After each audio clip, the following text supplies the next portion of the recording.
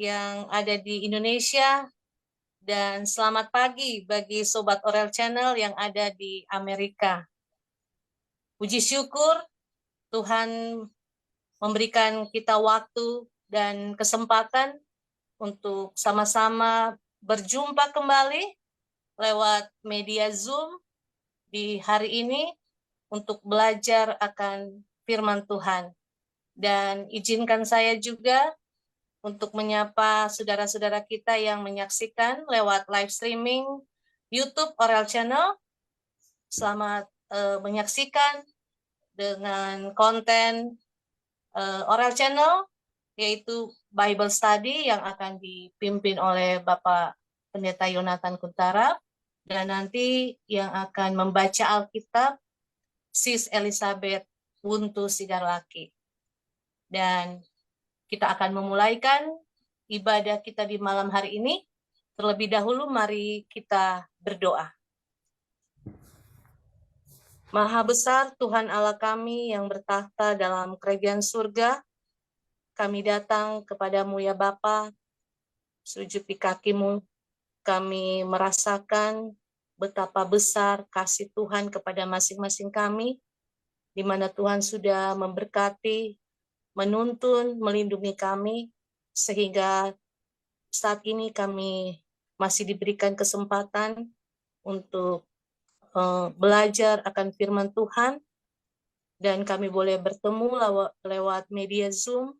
Di saat ini kami semua dalam keadaan baik dan sehat semuanya, itu semua oleh karena kebaikan dan kemurahan Tuhan. Bapa yang baik, pada saat ini kami akan memulaikan Bible Study kami. Kiranya Tuhan Engkau memberkati kami semua yang sudah join, baik yang lewat media Zoom maupun yang menyaksikan lewat live YouTube Orel Channel, sehingga ketika kami akan belajar firman Tuhan dengan urapan kuasa Roh Kudus-Mu akan memampukan kami mengerti dan memahami setiap firman Tuhan yang akan disampaikan oleh hamba Tuhan, Pendeta Yonatan Kuntara, sehingga firman itu akan menjadi kekuatan, pedoman di dalam kehidupan kami, terlebih menuntun hidup kami untuk lebih hari lebih setia kepada Tuhan, mempersiapkan diri kami dan bagi orang lain di dalam menyambut kedatangan Tuhan yang kedua kali.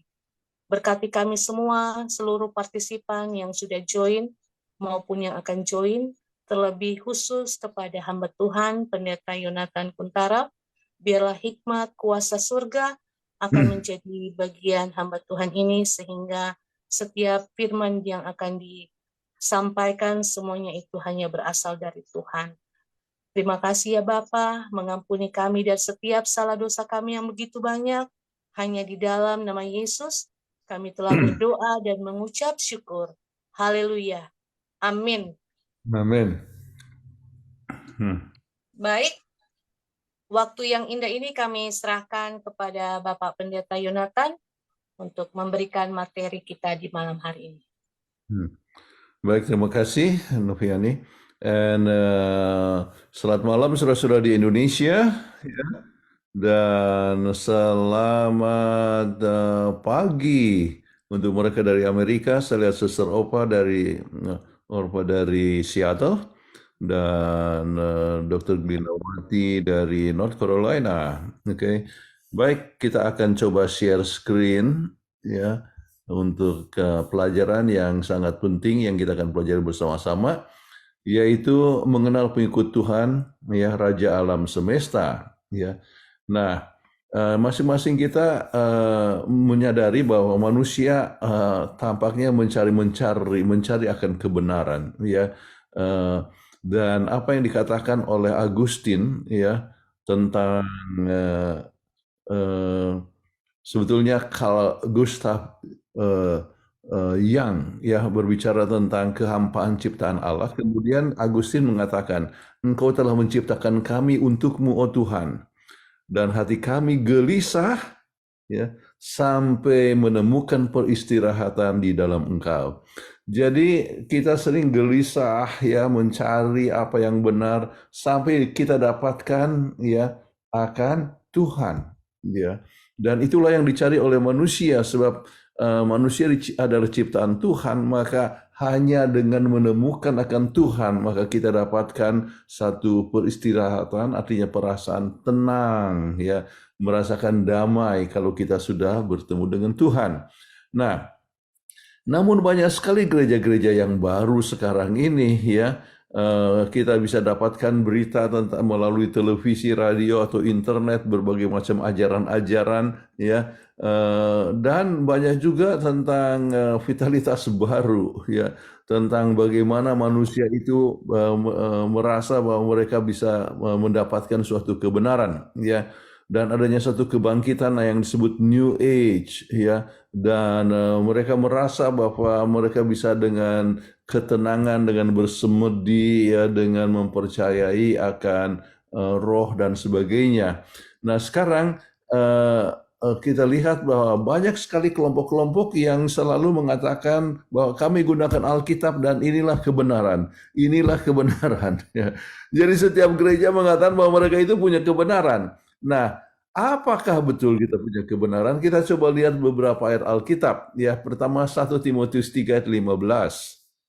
Silakan, Elizabeth. Baik, jadi jika aku terlambat, sudahlah engkau tahu bagaimana orang harus hidup sebagai keluarga Allah, yakni jemaat dari Allah yang hidup, tiang penopang dan dasar kebenaran. Nah, kita coba mencari, ya, akan satu jemaat, ya. Itu yang kita coba cari, ya, jemaat dari Allah yang hidup, dan ini adalah keluarga Allah, dan inilah yang menjadi penopang, ya, dan merupakan suatu dasar daripada kebenaran. Jadi kita mencari akan kebenaran, ya, dan kita harus pelajari dengan hati-hati, ya. Ada seorang yang bernama Fernando John Milner katakan hanya satu pertanyaan, yaitu yang mana gereja sejati. Dengan memecahkan satu masalah ini, ya, kamu akan sekaligus bisa memecahkan setiap pertanyaan tentang kontroversi agama yang pernah atau akan mengganggu. Ya. Jadi kita harus mencari akan satu gereja yang sejati. Apakah semuanya benar? Tetapi kita tahu bahwa Alkitab sendiri mengatakan bahwa tidak semua orang yang memanggil Yesus itu Tuhan, ya, akan mendapatkan keselamatan. Jadi kalau begitu kita harus berhati-hati, sebab banyak sekali kebingungan yang terjadi kepada banyak orang dewasa ini, ya. Nah, untuk itu kita harus kembali kepada apa yang diajarkan oleh Yesus sendiri, dan apa yang Yesus katakan di dalam Yohanes 17 ayat 21. Supaya mereka semua menjadi satu, sama seperti engkau ya Bapa di dalam aku dan aku di dalam engkau, agar mereka juga di dalam kita, supaya dunia percaya bahwa engkaulah yang telah mengutus aku. Oke, jadi ini yang dirindukan oleh Yesus sendiri, supaya kita itu menjadi satu. Nah, kalau begitu yang satu itu yang bagaimana? Ya, dengan seninya yang harus sesuai dengan apa yang Alkitab katakan atau yang Yesus ajarkan, ya. Dan kita harus ingat apa yang dikatakan dalam 1 Korintus 12 ayat 25. Supaya jangan terjadi perpecahan dalam tubuh. Ya, jadi kalau sumbernya itu satu, yaitu datang kembali kepada Alkitab, maka tidak akan ada suatu perpecahan, ya. Jadi kita harus hindarkan perpecahan dan kita harus kembali kepada ajaran yang sejati yang Alkitab katakan. Nah, namun demikian telah dinubuatkan oleh Paulus sendiri apa yang akan terjadi masa mendatang. Kisah Rasul-Rasul 20, 28 sampai 30. Karena itu, jagalah dirimu dan jagalah seluruh kawanan. Karena kamulah yang ditetapkan Roh Kudus menjadi penilik untuk menggembalakan jemaat Allah.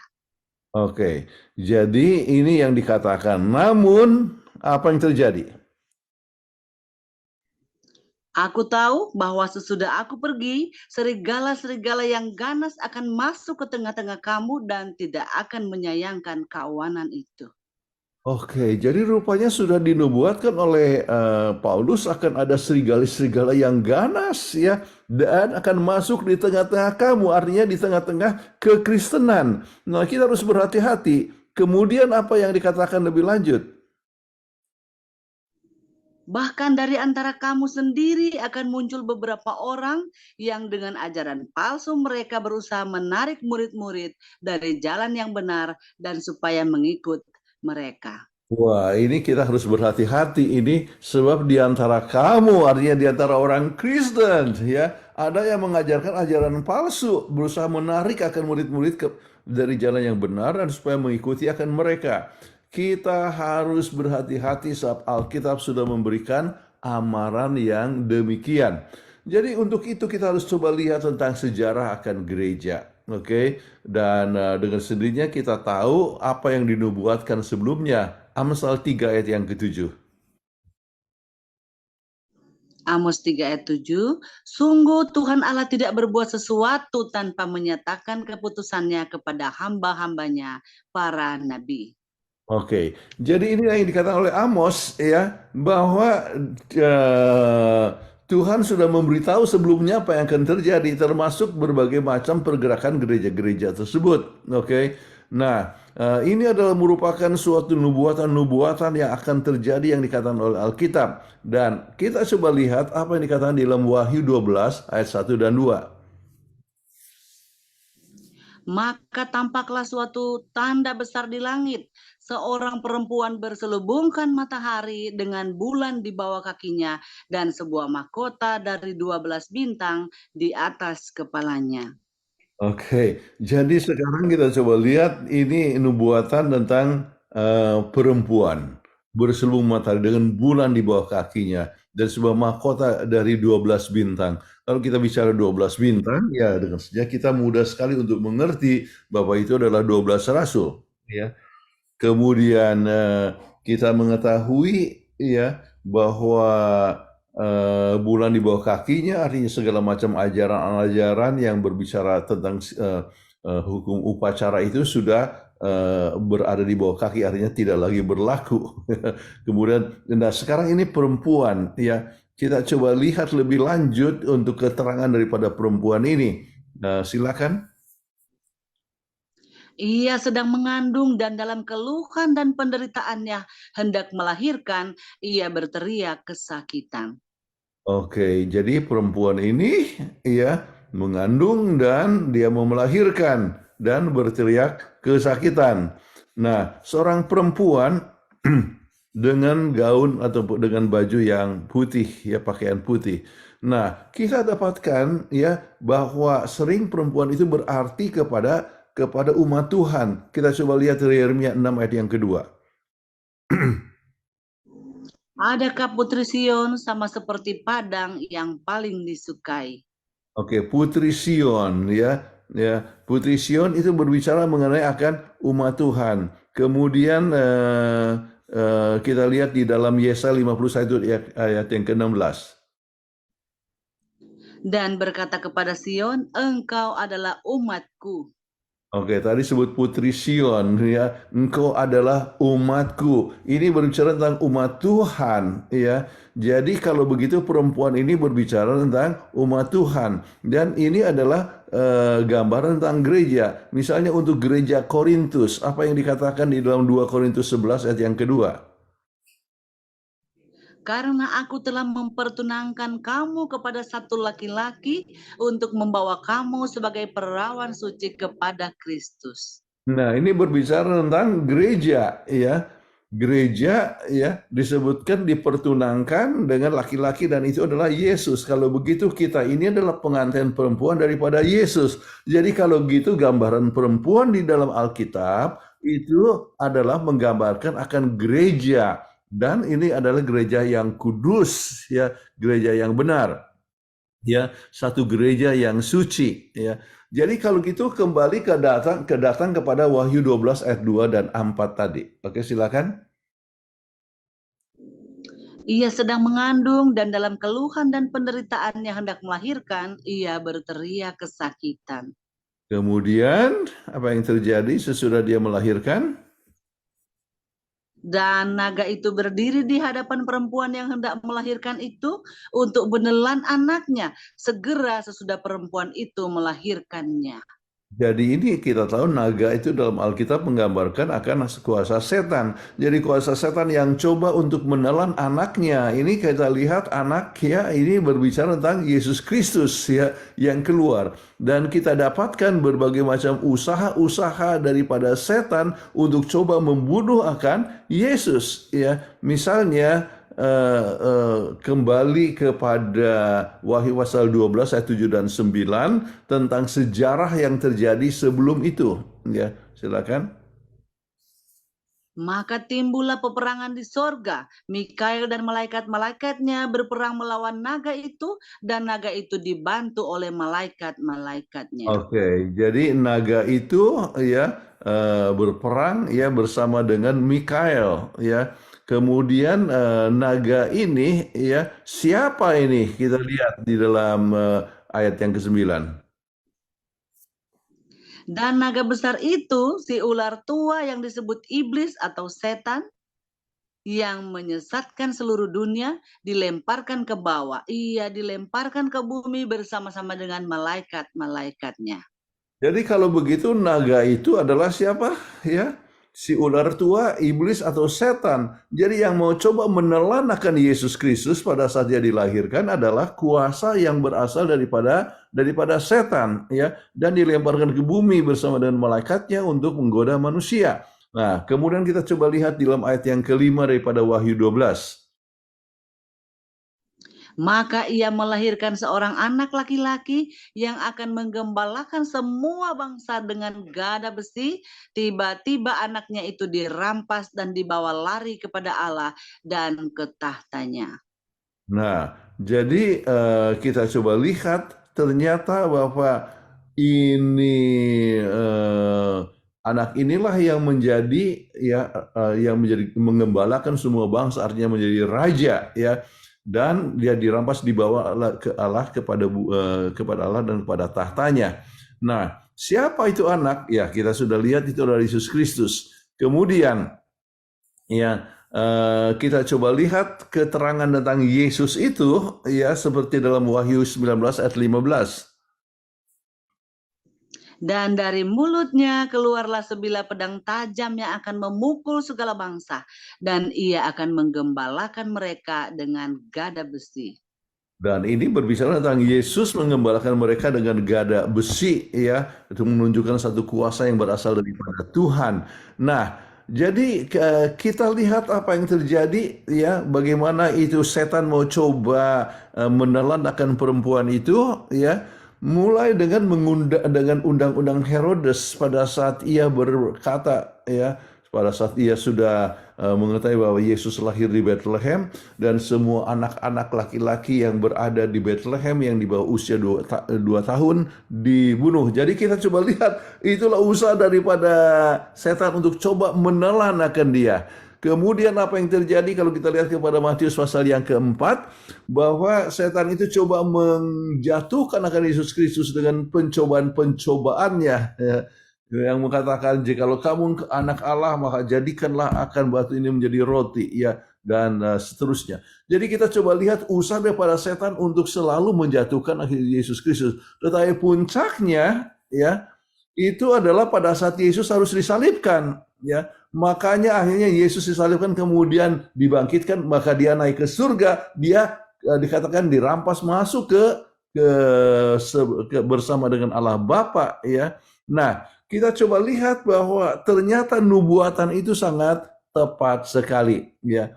Jadi sekarang setan berbuat apa? Apa yang dia buat? Dia membalikkan kemarahannya dengan menyerang akan umat Tuhan, yaitu dengan membawa mereka dengan penganiayaan, dihadapkan dengan binatang dan sebagainya ya.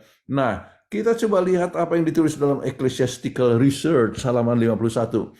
Selama para rasul hidup, gereja berdiri tegak dan benar, tetapi dengan generasi kedua dan ketiga, kekristenan datanglah kompromi ya dan kemurtadan ya. Dan itulah yang telah terjadi. Oke. Nah, menjelang akhir kedua abad kedua, sebagian besar dari gereja-gereja mengambil bentuk baru. Maafkan. Kesederhanaan pertama menghilang sebagai murid lama mati ke kuburan mereka. Nah, kemudian apa yang terjadi? Abad yang keempat ada seorang kaisar namanya Konstantin, ya, Konstantin yang agung. Kemudian dia coba mengalihkan perhatian orang supaya mengkompromikan antara kekristenan dengan adat istiadat, ya. Dan kita coba lihat kutipan di sini dari Centuries of Christianity, ya. Orang-orang Kristen baru sepanjang pemikiran dan kebiasaan berlalu, penyembahan berhala yang sama, gelombang mereka ke dalam gereja tidak menghapuskan. Jadi apa yang dimaksudkan adalah bagaimana berhala-berhala sekarang masuk ke dalam gereja. Maksudnya patung-patung masuk di dalam gereja. Penyembahan berhala, sebaliknya gerombolan orang kafir dibaptis berarti bahwa paganisme yang telah diencerkan. Yaitu kenapa? Yang tadinya kan patung-patung, mereka sembah patung, tetapi sekarang patungnya itu dirubah menjadi patung-patung rasul, patung-patung Yesus, dan sebagainya. Dan energi moral agama Kristen yang terorganisasi ke titik impotensi, ya. Jadi ke titik yang sangat lemah sekali. Jadi dan mereka yang mempertahankan akan kebenaran akan mengalami berbagai macam aniaya, ya. Dan itulah yang terjadi, ya. Sejumlah besar ditarik keluar dari tempat tinggal mereka bersama istri-istri mereka dan anak-anak, dilucuti dan ditelanjangi, dan mereka betul-betul mengalami aniaya. Banyak di antara mereka dibunuh dengan biadab. Saya sempat berkunjung ke yang disebut Waldenses Valleys, ya, lembah Waldenses, ya. Wah, di situ kita dapatkan gua di mana tempat persembunyian mereka, kita dapatkan tempat di mana mereka itu didorong dan ratusan orang, ribuan orang bahkan, ya, dibunuh, ya. Dapatkan gua di mana mereka itu ditutup guanya, terus ditaruh api dari atas dan mereka semua mati terbunuh. Jadi kita lihat banyak sekali orang-orang yang mengalami aniaya pada waktu itu. Dan kita coba lihat Wahyu 12 ayat 13.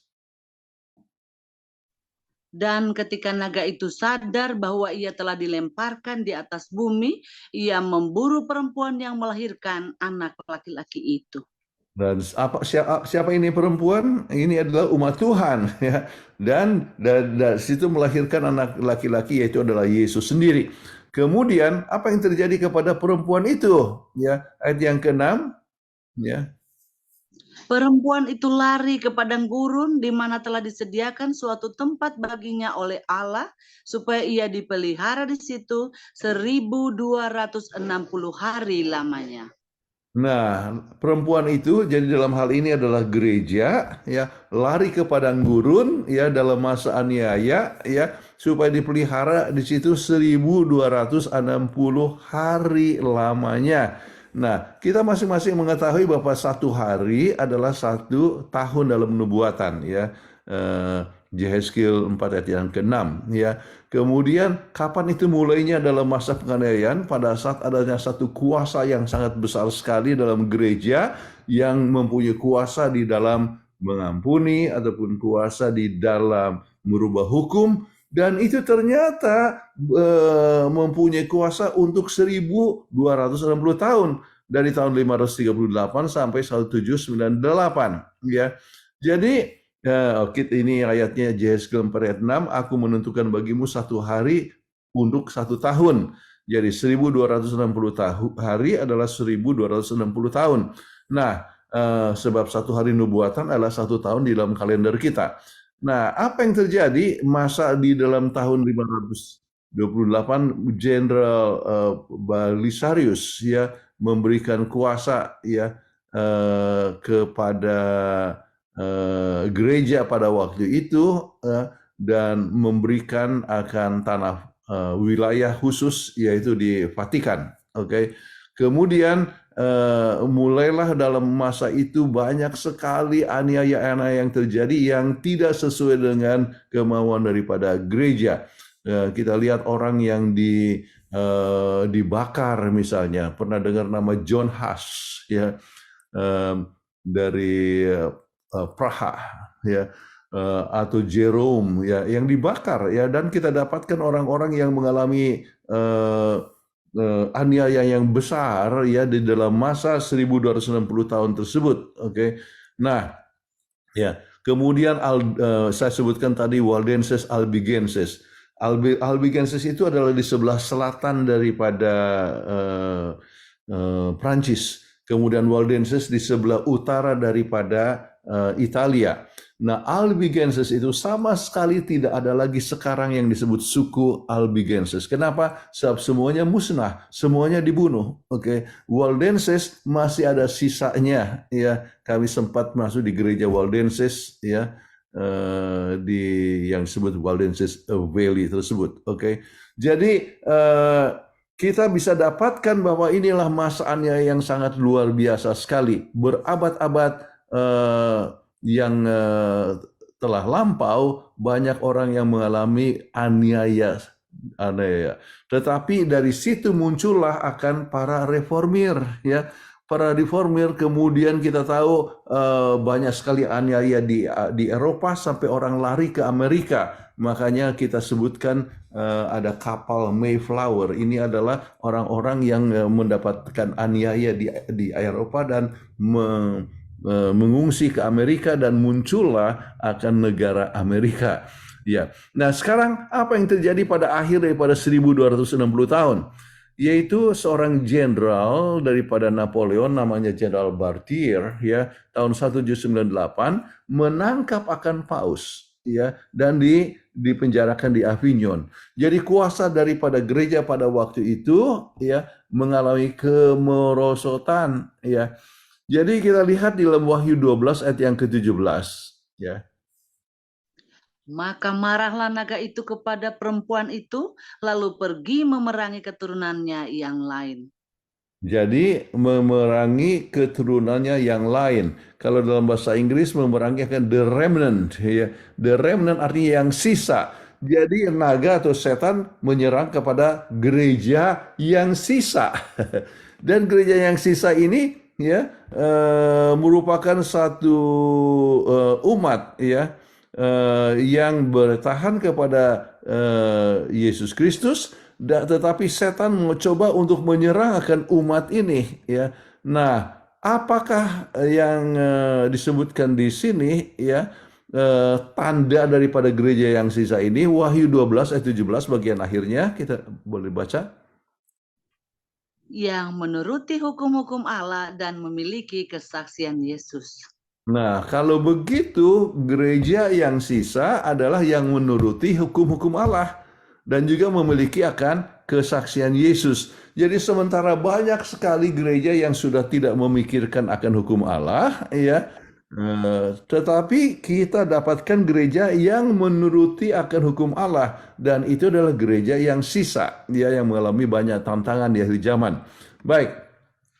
Jadi gereja ini menurut akan perintah Allah. Jadi semua 10 perintah dengan tanpa terkecuali tetap ditekankan. Oke. Kemudian dengan demikian kita sama sekali tidak lagi mau menyembah akan patung, ya, dan sebagainya. Dan juga di dalam 10 hukum ini terdapat juga satu hukum yang sering banyak dilupakan orang. Dan apa yang dikatakan dalam Keluaran 20 ayat 8 sampai 10? Ingatlah dan kuduskanlah hari Sabat.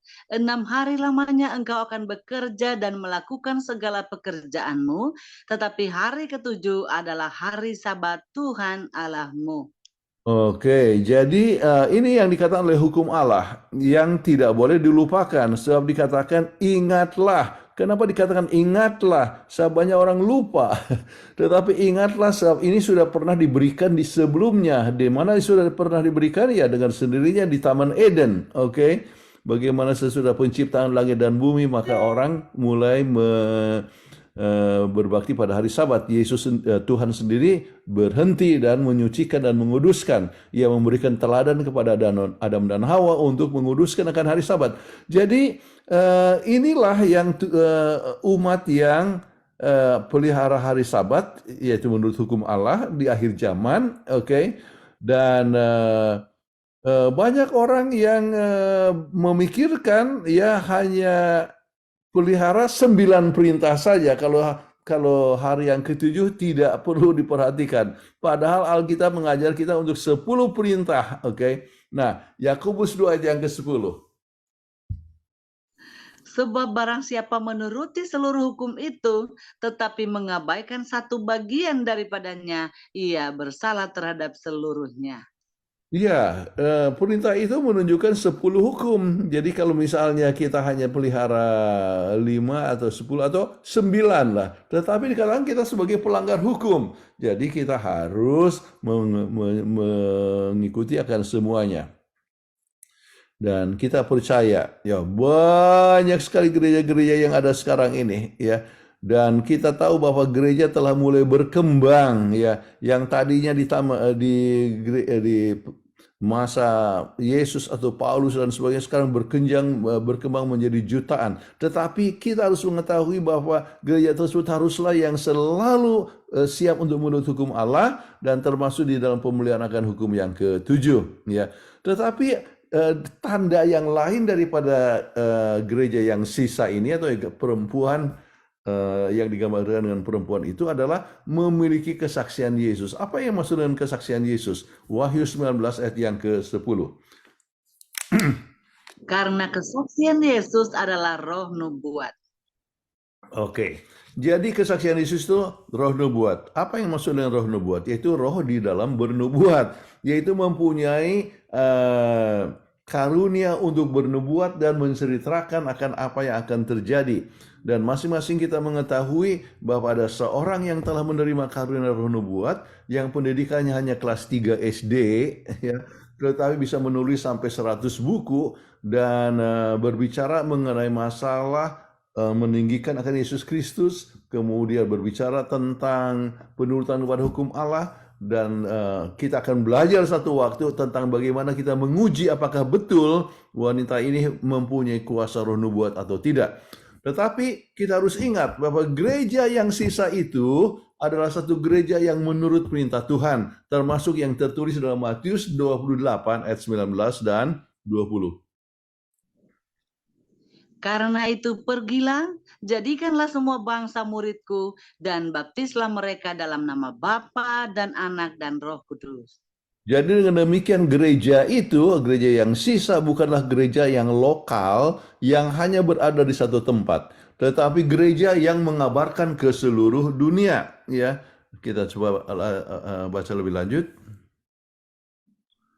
Dan ajarlah mereka melakukan segala sesuatu yang telah kuperintahkan kepadamu, dan ketahuilah aku menyertai kamu senantiasa sampai kepada akhir zaman. Amin. Jadi gereja itu haruslah gereja yang mempunyai pergerakan ke seluruh dunia untuk mengajarkan apa yang Yesus ajarkan, kemudian juga bagi mereka yang percaya mendapatkan baptisan dan menjadi anggota gereja. Ya. Nah, ternyata Alkitab berbicara juga di dalam buku Wahyu tentang pekabaran 3 malaikat di akhir zaman. Kita coba lihat akan Wahyu 14 ayat 6 dan 7. Dan aku melihat seorang malaikat lain terbang di tengah-tengah langit, dan padanya ada Injil yang kekal untuk diberitakannya kepada mereka yang diam di atas bumi. Ia berseru dengan suara nyaring. Oke, jadi malaikat ini mempunyai Injil yang kekal. Apa Injil yang kekal? Itu adalah Injil yang berbicara tentang Yesus Kristus sebagai juru selamat kita. Ini adalah Injil yang berbicara kabar baik, yaitu Yesus telah datang ke dunia ini, hidup sebagai manusia dan mati untuk kita. Jadi padanya ada kabar Injil yang dikabarkan kepada mereka yang diam di bumi, ya. Dan apa yang dikatakan lebih lanjut? Takutlah akan Allah dan muliakanlah Dia, karena telah tiba saat penghakimannya, dan sembahlah Dia yang telah menjadikan langit dan bumi dan laut dan semua mata air. Jadi pekabaran di akhir zaman adalah takutlah akan Allah. Kenapa? Telah tiba masa penghakimannya. Jadi bukan akan tiba tetapi telah tiba. Ya. Kemudian sembahlah Dia yang telah menjadikan langit dan bumi dan laut dan semua mata air. Dan kalau kita lihat kepada semua 10 hukum, maka hukum apa, keberapa yang menyebutkan Tuhanlah yang menjadikan langit, bumi, dan laut, dan semua mata air? Ternyata itu adalah hukum yang keempat. Ingatlah kamu akan hari Sabat supaya kamu sucikan dia. Terus dikatakan oleh sebab 6 hari lamanya Tuhan sudah menjadikan langit, bumi, dan segala mata air. Kemudian apa? Maka kita juga harus berhenti pada hari yang ketujuh. Jadi kita lihat bahwa ini sesuai dengan apa yang Alkitab katakan di akhir zaman kita harus mengabarkan pekabaran juga tentang hari Sabat, dan itu adalah pekabaran Injil yang kekal, ya. Dan juga berbicara tentang masa penghakiman yang kita sudah pernah bahas. Baik. Kemudian apa yang dikatakan di dalam ayat yang ke-8? Dan seorang malaikat lain, malaikat kedua, menyusul dia dan berkata, sudah rubuh Babel, kota besar itu, yang telah memabukkan segala bangsa dengan anggur hawa nafsu cabulnya. Oke, sudah rubuh Babel. Nah, apa artinya Babel? Babel itu adalah lambang daripada kebingungan, ya. Kenapa kebingungan? Ya, oleh sebab kita tahu bahwa di Babel lah, ya, merupakan suatu tempat di mana Nimrod mendirikan akan menara Babel, kemudian untuk menunjukkan bahwa tidak bergantung kepada Tuhan, tapi bergantung kepada kuasa manusia. Tetapi Tuhan memberikan akan bahasa-bahasa pada waktu itu, terjadilah kebingungan, ya. Jadi kebingungan, dan banyak sekali orang yang tidak menyadari bahwa Babel adalah lambang daripada gereja yang membingungkan. Kenapa membingungkan? Sebab mencampurkan antara benar dan salah, ya. Ada yang dikatakan oleh Alkitab, katakan tetapi tidak lagi berlaku dan sebagainya, tidak perlu itu, dan itu menimbulkan satu kebingungan, ya.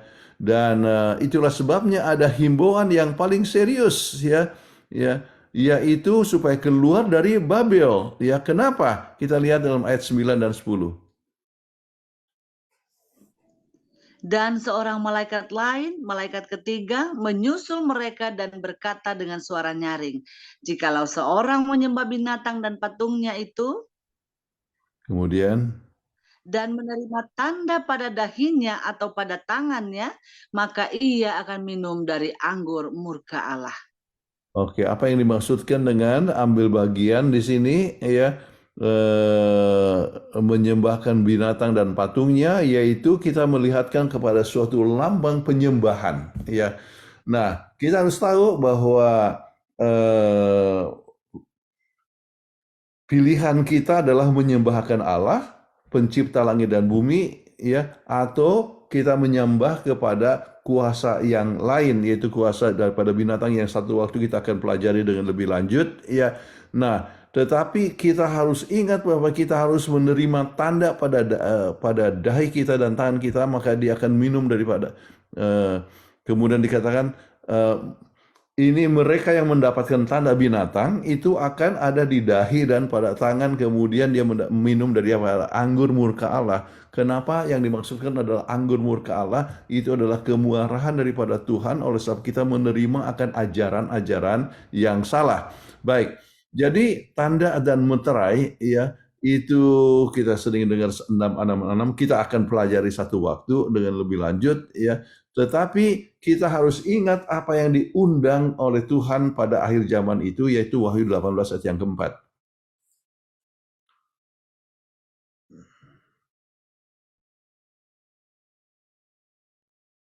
Belum ada di layar, Pendeta. Hah? Ada ini? Ada. Wahyu 18 ayat 4. Silakan Bu Ketua. Lalu Saya aku nggak ada.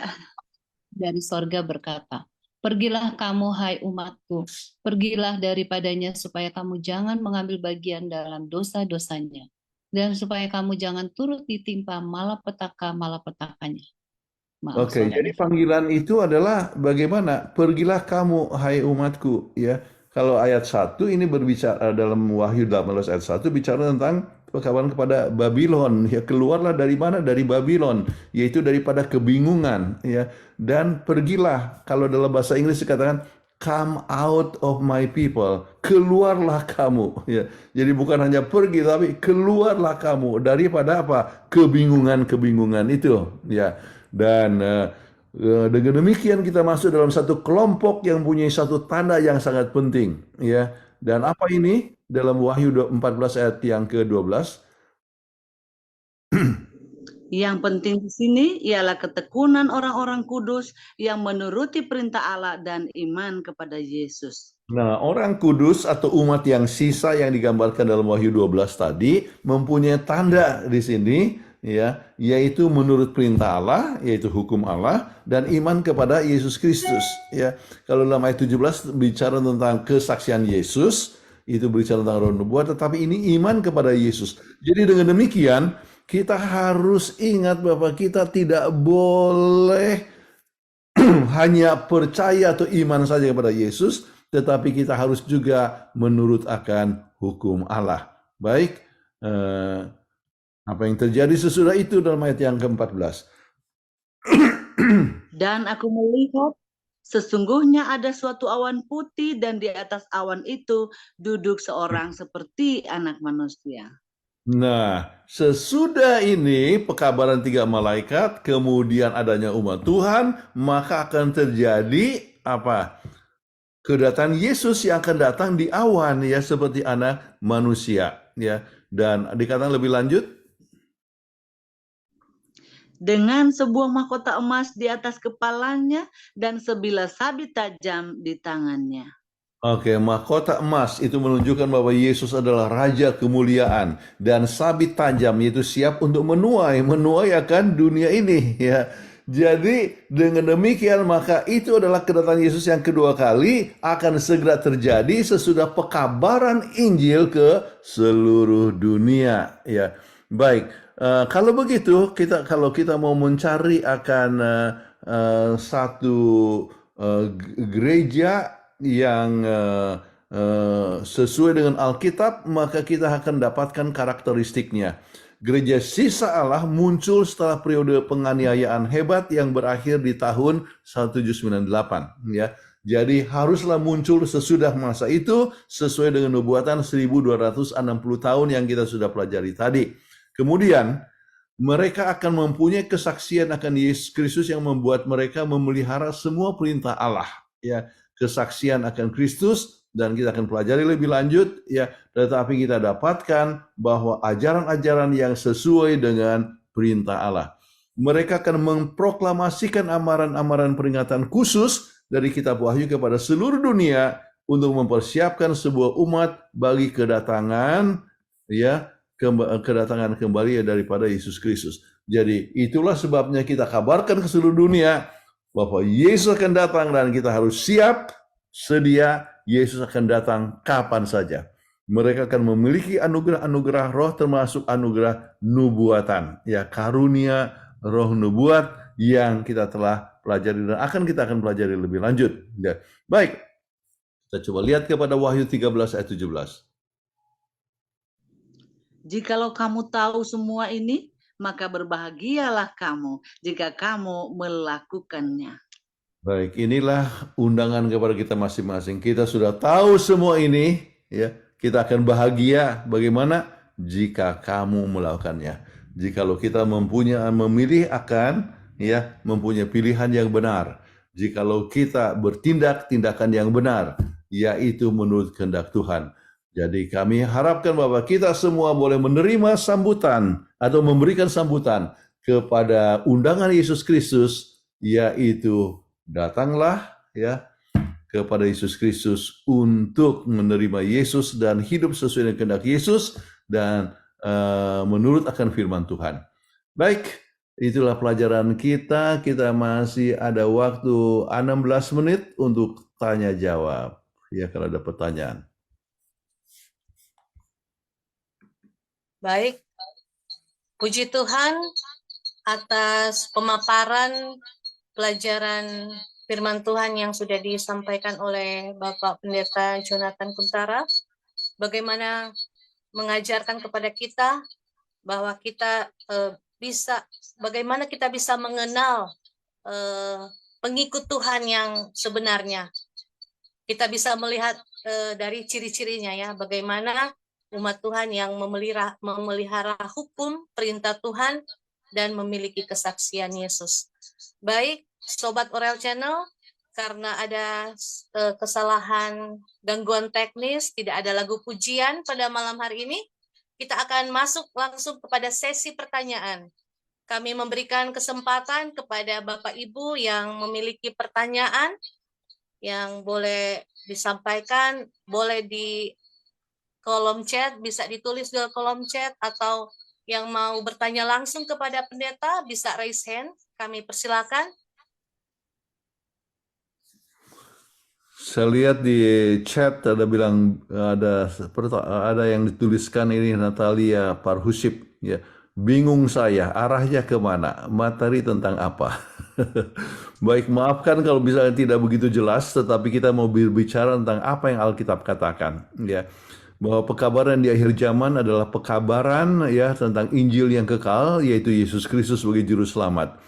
Dan pekabaran terakhir juga menunjukkan bahwa adanya suatu umat yang sisa, dan umat yang sisa itu adalah yang mengalami suatu tantangan di akhir zaman, dan itu adalah suatu umat yang menurut akan hukum Allah ya, dan juga mempunyai iman kepada Yesus Kristus. Jadi bukan hanya percaya saja, tetapi harus punya penurutan kepada hukum Tuhan, dan juga mempunyai kesaksian roh nubuat yang kita akan pelajari lebih lanjut tentang hal ini ya. Baik, itu adalah inti daripada pelajaran kita ya, bahwa kita perlu untuk mengikuti akan apa yang Alkitab katakan di dalam memiliki Yesus ya, menerima Injil yang kekal, dan juga penurutan kepada hukum Tuhan. Itu intinya, tetapi kalau misalnya ada pertanyaan, silakan. Terima kasih, Bapak Selamat Pendeta. pagi, Pak Pendeta. Oh, silakan. Boleh saya tambahkan sedikit? Mungkin. Selamat pagi, Pendeta Kuntara. Ya, siapa ini? Saudara Reisi Tumpul. Ya, Pendeta, memang Tuhan itu, kita semua tahu Tuhan itu luar biasa ya, sangat berkuasa ya. Tetapi untuk mempelajari tentang kebesaran Tuhan itu, kita harus benar-benar merendahkan diri, benar-benar merendahkan hati supaya kita bisa mengerti. Karena kalau kita menggunakan kepintaran kita dengan fasilitas kita, akhirnya kita membuat firman Tuhan itu menjadi keinginan dia. Akhirnya apa? Dia seperti sekarang tuh banyak yang membuat sekte baru, akhirnya seperti itu. Ya. Kemudian tentang iman. Tentang iman ini sebenarnya banyak, Pendeta Kuntara, banyak yang kurang paham sebenarnya iman dan perbuatan. Jadi iman kepada Yesus itu sebenarnya hanya pada tahap percaya saja. Ya, percaya karena Yesus itu sebagai juru selamat kita, ya sudah mati, dikuburkan dan bangkit. Dan bagi yang percaya dia akan diselamatkan.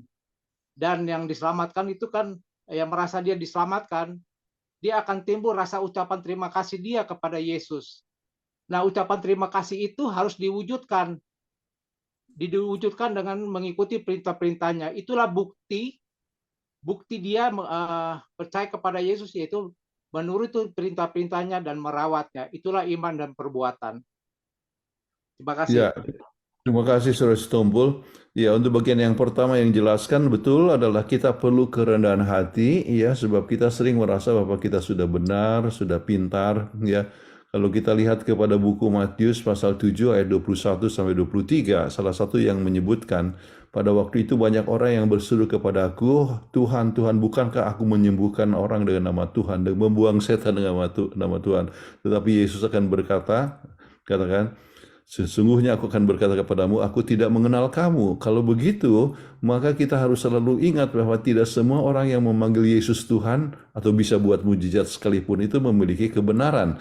Tetapi dikatakan, ya, orang yang melakukan kehendak Bapakku yang di surga. Jadi itu dinyatakan di dalam hukum Tuhan. Oke. Kemudian poin yang berikut, iman tanpa perbuatan adalah kosong. Kalau kita lihat kepada Yohanes pasal 14 ayat 15 dikatakan ya, jikalau engkau mengasihi aku, engkau akan menurut segala perintahku. Ya, jadi iman kepada Yesus ya menyebabkan artinya kepercayaan ya, mengasihi akan Yesus itu akan disertai dengan penurutan ya, dan penurutan akan kehendak Yesus yang dinyatakan di dalam hukum Tuhan. Terima kasih. Ya.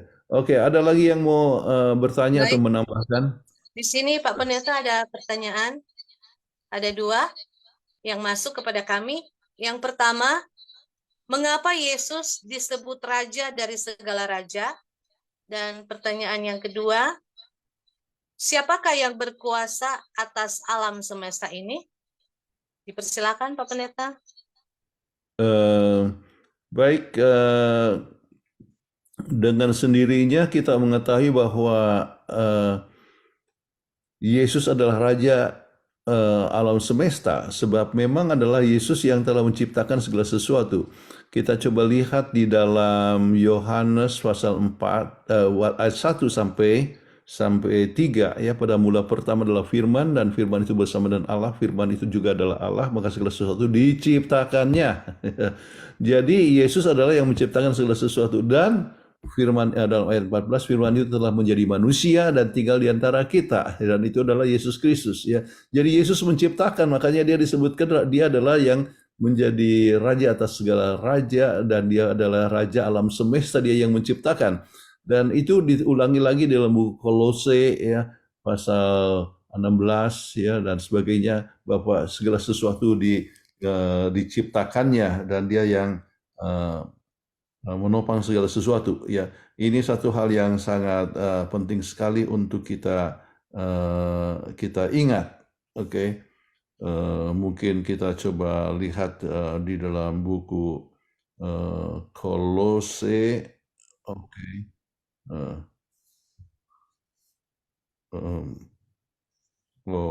Ini ada Mas. Oke. Dikatakan ayat 14, di dalam Dia kita memiliki penebusan, yaitu pengampunan. Ya.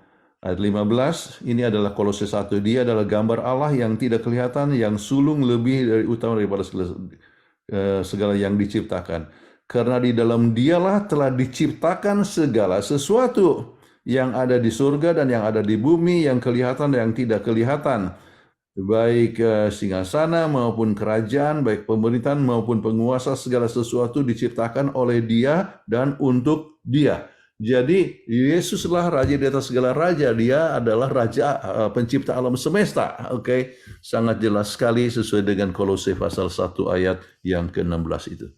Baik.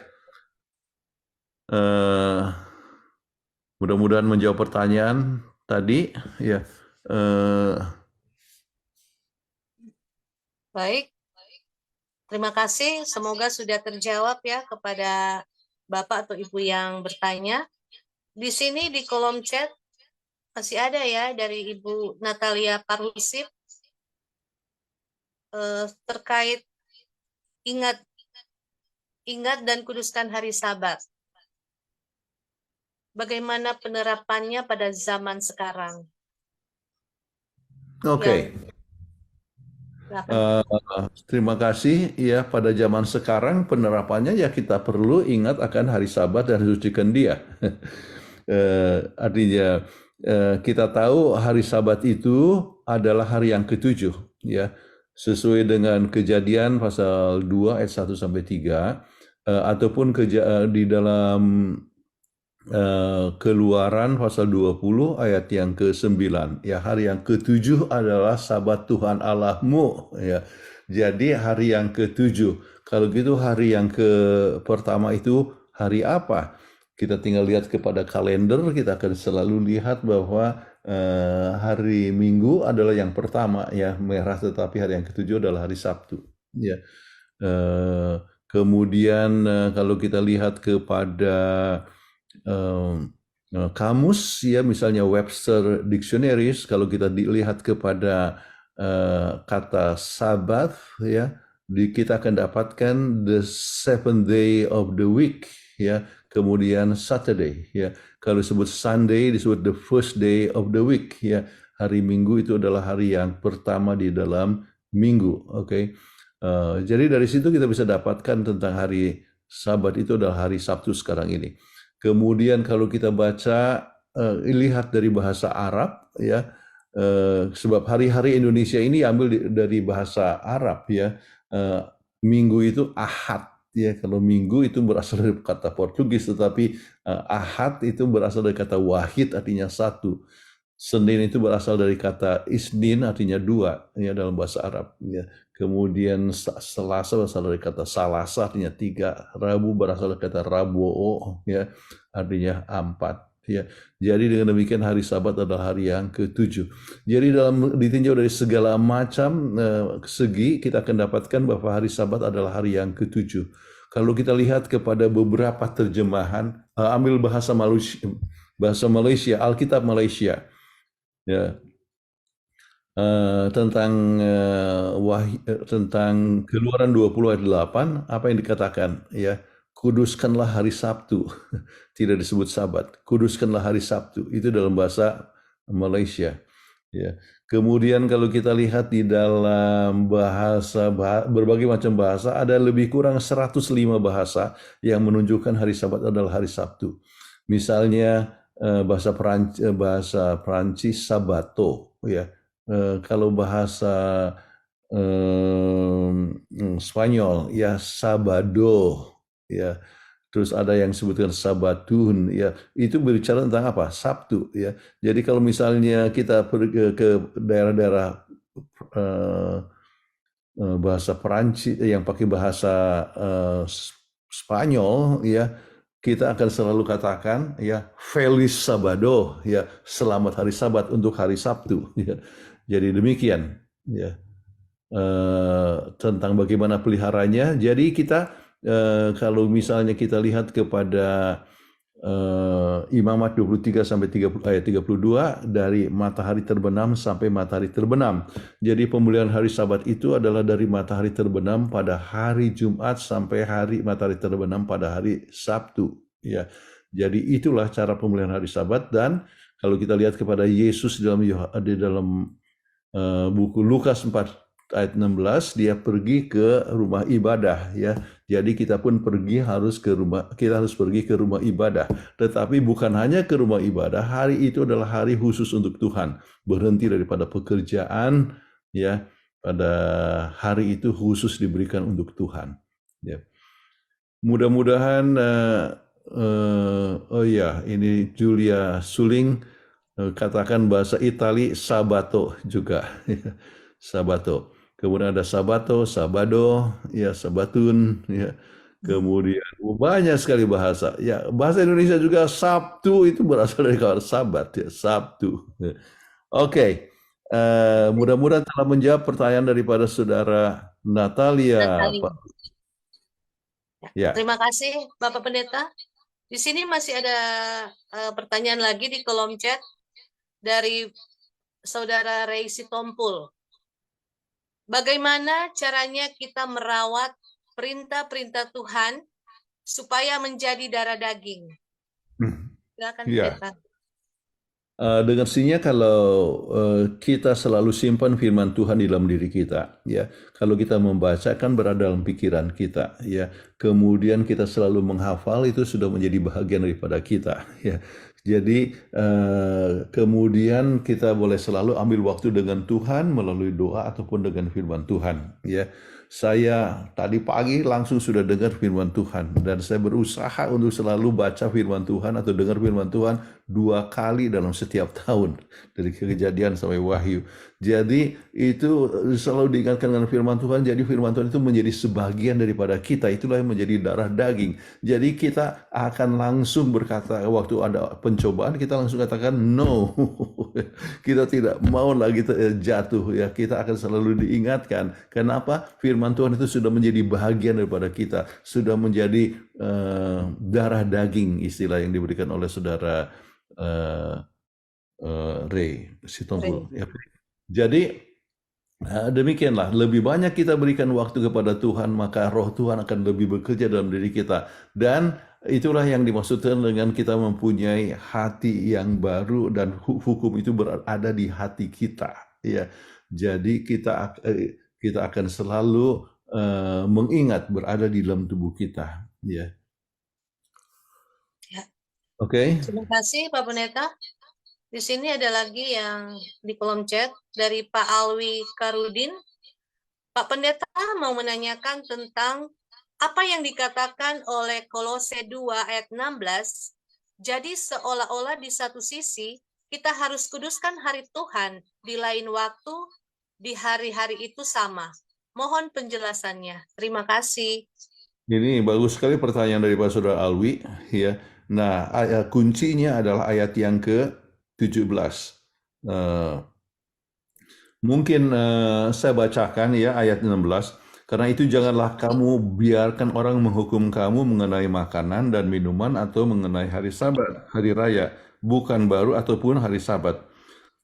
Semuanya ini kuncinya.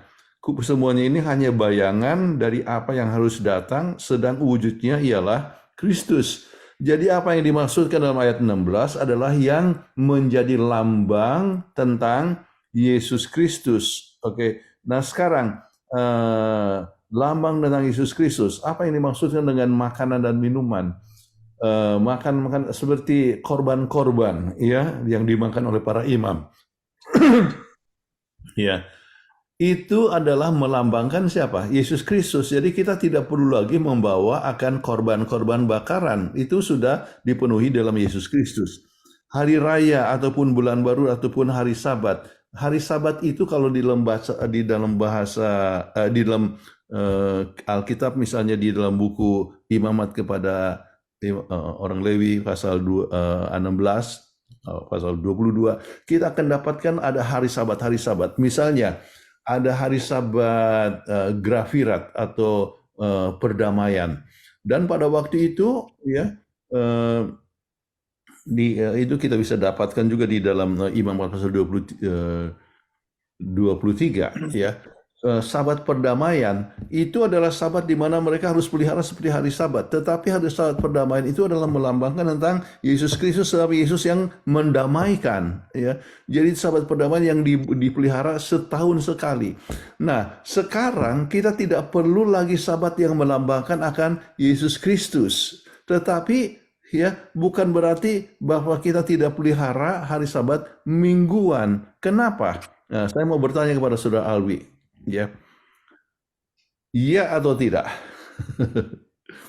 Segala sesuatu yang melambangkan Yesus baru ada sesudah dosa. Benar atau salah? I don't know. Hah? Benar atau salah, Saudara Alwi? Sesuatu yang melambangkan Yesus baru ada sesudah dosa. Benar atau salah? Salah. Salah. Hah? Salah. Karena Salah? dosa itu sudah ada sebelum dosa itu ada setelah Adam dan Hawa jatuh ke dalam pencobaan. Nah, jadi jawabnya adalah benar kan? Jadi oleh sebab manusia berdosa perlu juru selamat kan? Betul tidak?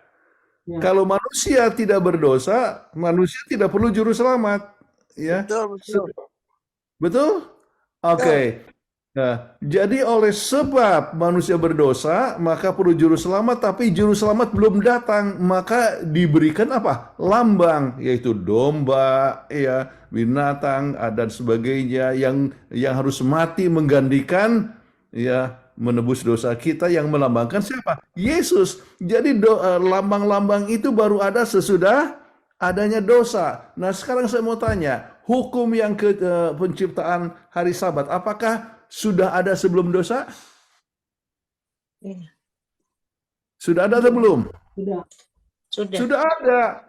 Jadi hari Sabat, ya Saudara Alwi, ya kita tahu sudah ada di Kejadian pasal 2, ya. Sedangkan dosa itu adalah Kejadian pasal 3. Kita tidak tahu berapa lama mereka di Taman Eden baru akhirnya Adam dan Hawa itu berdosa. Walaupun hanya tinggal 1 pasal kalau di dalam Kejadian, tetapi jangka waktu itu bisa lama. Ya, okay? Nah, kalau begitu, hari Sabat hari yang ke-7 bukanlah sesuatu yang melambangkan akan yang merupakan hukum upacara. Tetapi itu adalah hari untuk mengingat Yesus adalah pencipta kita. Ya. Tuhan pencipta kita harus menyembah akan Dia, dan lambangnya adalah hari Sabat. Ya, jadi tandanya. Itulah sebabnya kita harus pelihara, ya. Dan pada akhir zaman ini akan merupakan suatu tantangan yang luar biasa, ya. Bisa menentukan antara dapat pekerjaan atau tidak, atau dapatkan antara hidup ataupun mati, ya. Satu waktu akan menjadi satu ujian seperti yang pernah diuji pada masa yang lalu. Tahun 1960-an waktu John F. Kennedy menjadi presiden, maka sudah ada, kita dapatkan Sunday Law. Saya ada satu buku namanya Can Persecution Arise in America? Ya, ada orang yang didenda, ya, oleh sebab dia dia buka toko pada hari Minggu, ya, dan sebagainya. Jadi kita harus ingat bahwa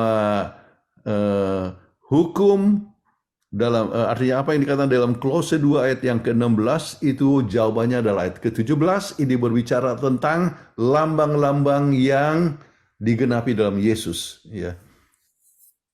Mudah-mudahan menolong. Cukup jelas, Saudara Alwi? Ya, sementara cukup. Ya. Semoga terjawab, ya. Saya Terima lihat kasih. seperti ada yang angkat tangan tadi. Udah. Enggak ada lagi. Saya seperti lihat Maksa Marpaung angkat tangan tadi. Betul. Iya, Win, udah. Sudah. Masih bisa, Pendeta? Win, ya. Waktunya. Oh, iya. Memang sudah jam 8.36 ya. Oke. Baik. Kalau tidak lagi Bapak. pertanyaan, ya kita boleh akhiri, ya. Baik, Bapak Ibu, mungkin dari kita masih ada ya pertanyaan, tapi karena kita dibatasi oleh waktu, jadi kita bisa mengakhiri di saat hari ini.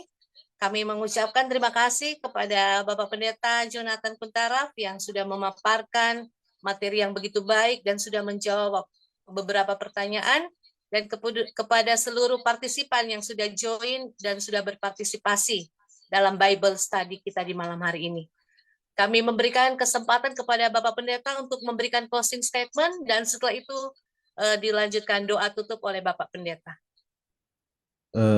Terima kasih. Seperti yang Agustin katakan bahwa kita akan dapatkan peristirahatan di dalam Tuhan. Kita dapatkan sukacita jikalau saja kita menemukan akan Tuhan dalam hidup kita. Sayang sekali bahwa setan mau coba menggoda kita dengan berbagai macam cara. Dan termasuk di dalam gereja sekalipun. Itulah sebabnya kita harus selalu ingat untuk mencari kebenaran. Kalau kita berbicara tentang kebenaran, maka Alkitab memberikan paling sedikit 3 ayat tentang kebenaran, ya, yaitu Yohanes 14 ayat 6 yang mengatakan akulah jalan, kebenaran dan hidup. Jadi itu bicara tentang Yesus adalah kebenaran. Kemudian kalau kita berbicara kepada Yohanes pasal 17 ayat 17 mengatakan bahwa sucikanlah mereka dalam kebenaran, ya, kuduskanlah mereka dalam kebenaran, firman-Mu adalah kebenaran. Kalau gitu firman Tuhan adalah kebenaran. Kemudian kalau kita baca kepada Mazmur pasal 119 ayat 30 menyebutkan bahwa hukum Tuhan adalah kebenaran. Jadi kebenaran tidak bisa terpisah dari Yesus Kristus, daripada firman Allah dan dari hukum Allah. Jadi kalau kita mengikuti ini, ya, maka kita dapatkan kebenaran. Dan saya berharap bahwa saudara-saudara sekalian akan menjadi pengikut-pengikut yang setia dari kebenaran, dan itulah yang memberikan sukacita kepada kita masing-masing. Baik, kita berdoa. Bapa dalam surga, kami bersukacita oleh saat mempelajari akan firman Tuhan. Kami bersyukur sebab Engkau adalah sumber kebenaran, dan Engkau selalu menuntun kami dengan Roh Kudus untuk mendapatkan segala kebenaran. Biarlah Roh Kudus tetap menguasai hidup kami, memberikan kuasa kepada kami untuk menurut, dan kami semua dapat bertumbuh dalam kerohanian, lebih tersedia untuk kedatangan Yesus yang kedua kali. Tuhan berkati akan semua pemirsa yang telah belajar bersama-sama, semuanya boleh mengerti, memiliki Yesus dalam hati, dan mempunyai kuasa untuk menurut. Semua kami dapat bersama-sama diselamatkan waktu Yesus datang kedua kali. Kami mohonkan doa ini dalam nama Yesus Juru Selamat kami. Amin. Amin. Silakan kepada seluruh partisipan, open mic, open kamera untuk menyampaikan terima kasih kepada Bapak Pendeta Jonathan Kuntaraf. Shalom, selamat malam. Tuhan memberkati kita semua. Halo, selamat Terima malam. kasih Selamat Bapak malam, Bang Pendeta. Pendeta. Malam. Terima Tuhan kasih. berkati Tuhan pelayanan. berkati. Tuhan Ya, berkati Pak. Pendeta. ya. Kita hitung mundur ya. Sehat selalu. Salam sehat semuanya. Ya, Tuhan berkati. Salam sehat. Oke, Sampai jumpa minggu depan. sampai jumpa ya. Sampai jumpa Bye-bye. di waktu dan lain kesempatan. Ya, 5, 4, 3, 2, 1. Bye-bye.